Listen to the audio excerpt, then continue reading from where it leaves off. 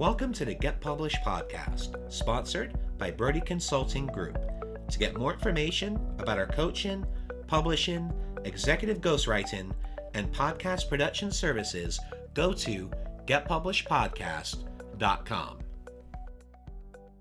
Hello, I am Paul Brodie, and thank you for joining us for another episode of the Get Published podcast, where we help authors get published with a proven system that works. Today, we're being joined by Rhonda Huff, author of Healthy Living from A to Z, the guide to finding who you really are and feeding who you were created to be. Rhonda, welcome to the show. Hi, Paul. Thank you so much for having me. Are you ready to get started? Absolutely. All right. Question number one. What is the one piece of advice that you would give to a first-time author who is currently writing their book? I absolutely love this question, Paul, because so many of the people that I talk to, once they find out that I'm a published author, most people will say, I have always wanted to write a book. And so I've come to believe that every person out there has it within themselves to write a book. The statistics, however, show that though 86% of people want to write a book, less than 30% actually do, and less than 3% get published. So my encouragement is for them to just take that first step. And how I wrote my first book was I carried around, this sounds so old-timey, but it worked beautifully.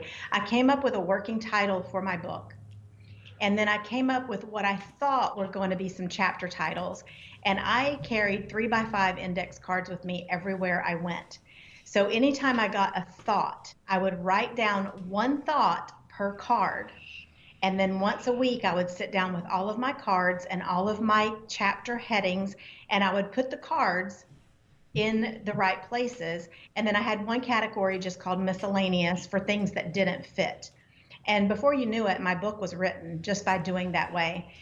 So I recommend that you just take that first step, do whatever you can to get started, get your words down on paper, on your phone, on your computer. But I love the note cards because then it's one thought per card and you just organize it once a week. And what do you feel is the hardest part about getting published? About actually getting published, I think having the confidence to approach a publisher and being able to communicate with that publisher in a way that makes them want to represent you. So let's talk about marketing. So please share a marketing strategy that you have used in your book launch that has worked well.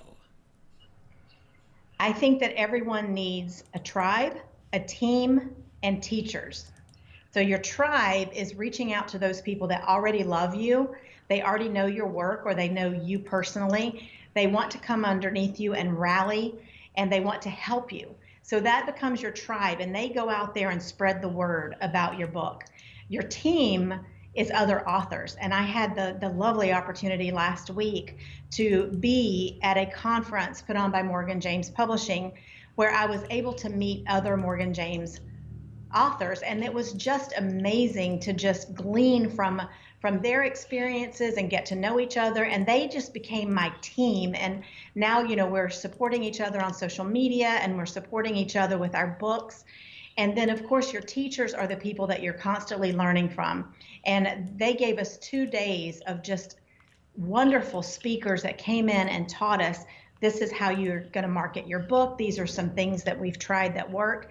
And so I feel like if you have your tribe, your team, and your group of teachers, you will be successful. So you talked about finding your tribe. So were most of this tribe from the phone that you already had, or how did you get these people together? Yes, my tribe are the people that have known me. They've known the work I do. Some of them already follow the work I do, and they just wanted to help get the message of the book out there. So most of these people are family, they're friends, and they're people that have run across me on social media. Well, speaking of books, I'd like to know, what is your favorite book, and what was the number one thing that you learned from it? This one was so hard because I have so many books that I love, but I would have to say my all-time favorite book is The Four Agreements by Don Miguel Ruiz. And what I learned from it was how to free myself from self-limited beliefs.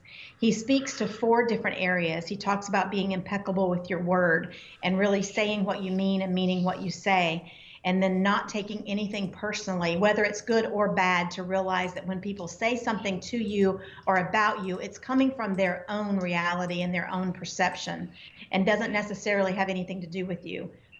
And the third one is don't make assumptions. Always ask questions, clear the air and get clarity on issues. And the last one was probably the one that really spoke to me the most, and that was always do your best. But when he says that, he says that your best is going to be different every single day. So you can't take your best today and judge it against your best 10 years ago or even yesterday. But that as long as you know you're doing your very best every single day, then that's all that you can really expect to do. And for a final question, what is your favorite quote and why? My favorite quote, once again, I have many, and I wanted to read the first part of a song. This came on this morning as I was getting ready for work, and it's a song that has really carried me through so many different times, and it seems like anytime I'm going through something, this song will just come on, even though this song was from like 2004. And this morning, this song came on, so I felt like I just wanted to share it with your readers, and maybe it would speak to someone out there. But the first time that I was exposed to this song, I was trying to decide whether or not I was going to open a business. And the song came on, and I made the decision to do it. And then a couple of years later, I was diagnosed with cancer, and my daughter made an art piece with the words of the song on it to remind me that I could do it. And so, is it okay if I just read it? Sure. Okay, it's called Voice of Truth by Casting Crowns. And it says, oh, what I would do to have the kind of faith it takes to climb out of this boat I'm in onto the crashing waves, to step out of my comfort zone into the realm of the unknown where Jesus is, and he's holding out his hand. But the waves are calling out my name, and they laugh at me, reminding me of all the times I've tried before and failed. The waves, they keep on telling me time and time again, boy, you'll never win. You'll never win. But the voice of truth tells me a different story. The voice of truth says, do not be afraid. The voice of truth says, this is for my glory. Out of all the voices calling out to me, I will choose to listen and believe the voice of truth. So I hope that your readers today will choose to step out of that boat, to step into the unknown, and to grasp hold of the truth that they should not be afraid and that they can do what they want to do. Well, Rhonda, I want to thank you for being a guest on the show today. What is the best way for people to find you online? I'm on social media, so you can find me, Rhonda Huff, on Facebook, Instagram, Twitter, and LinkedIn. And you can also go to www.rhondahuff.com. That's RHONDAHUFF. Well, Rhonda, thank you once again for being on the show, and I wish you all the best in your author journey ahead.